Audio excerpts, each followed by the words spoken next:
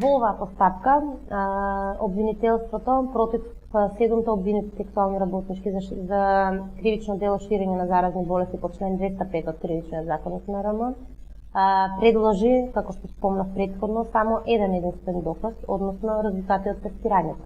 Меѓутоа, ниту имаат доказ дека сексуалните работници претходно знаеле дека ја имаат оваа болест, ниту имаат доказ дека кај нив постоела намера за пренесување на оваа болест на нивните клиенти, ниту имаат доказ дека на одредено лице му е пренесена оваа заразна болест. Значи, тие се трите елементи кои што мора да бидат исполнети за да биде исполнето ова кривично дело.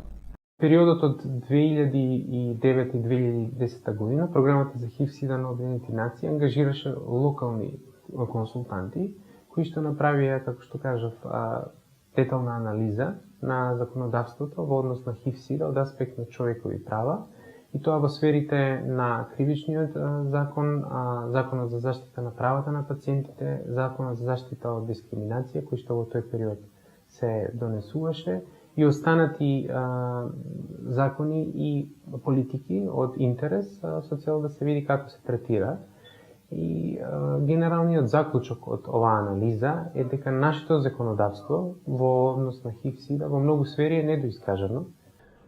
Практично за ова не поттикна примерот кој што го имавме во 2008 година, каде што кривичниот законник беше интерпретиран во однос на како оправдување за изведување на акција во која што беа санкционирани даватели на сексуални услуги. Многу често овие закони може да бидат искористени за нешто друго, значи може да бидат искористени за прогон на клучните популации за ХИВ-СИДА, односно на маргинализираните заедници, под изговор дека тие се представуваат закана за јавното здравје. Ние бевме сведоци на тоа.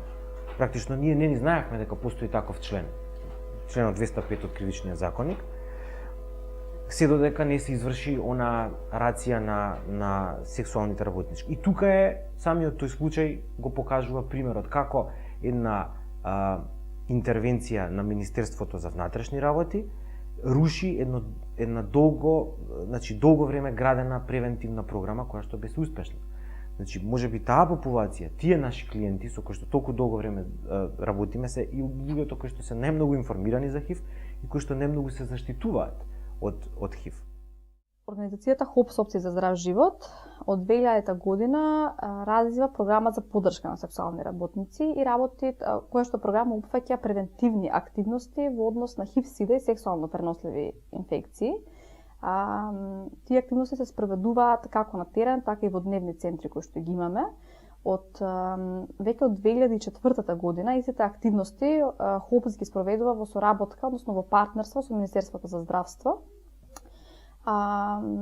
Тие теренски активности опфаќаат делење на бесплатни средства за превенција од ХИВ-СИДА и сексуално преносливи инфекции, односно бесплатни кондоми и лубриканти, информации кои што ги добиваат сексуалните работници, и усно и печатено. Имаме исто така се организираат едукативни работилници во однос на безбедно однесување.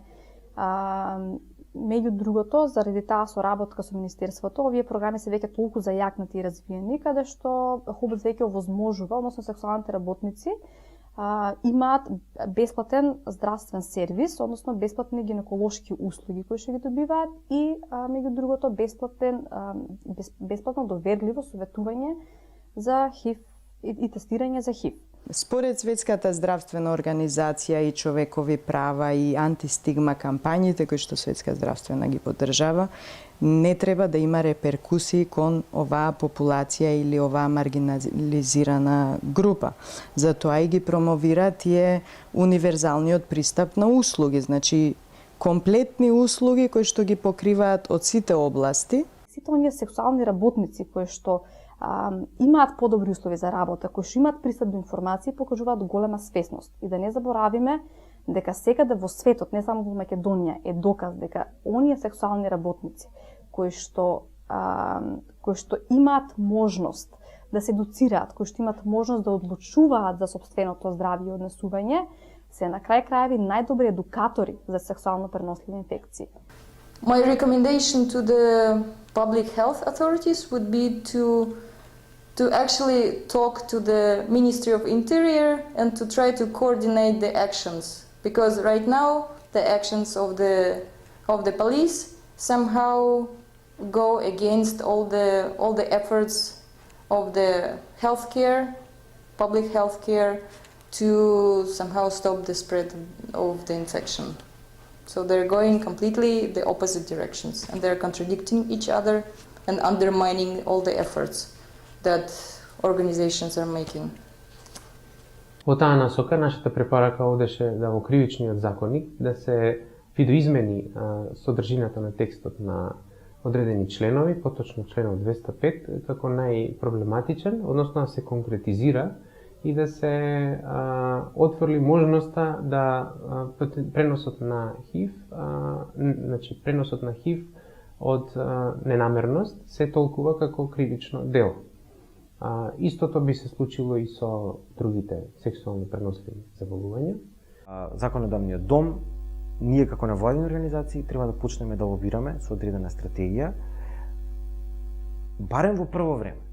Ако е потребна долга процедура да се смени овој закон, што е можно повеќе луѓе од оние кои што донесуваат одлуки, оние кои што ги донесуваат законите, бидат свесни за можностите за злоупотреба на овој закон, и тоа некако да ни обезбеди да овој член никогаш повеќе во Македонија не биде употребен на начинот на кој што беше употребен во однос на сексуалните работи.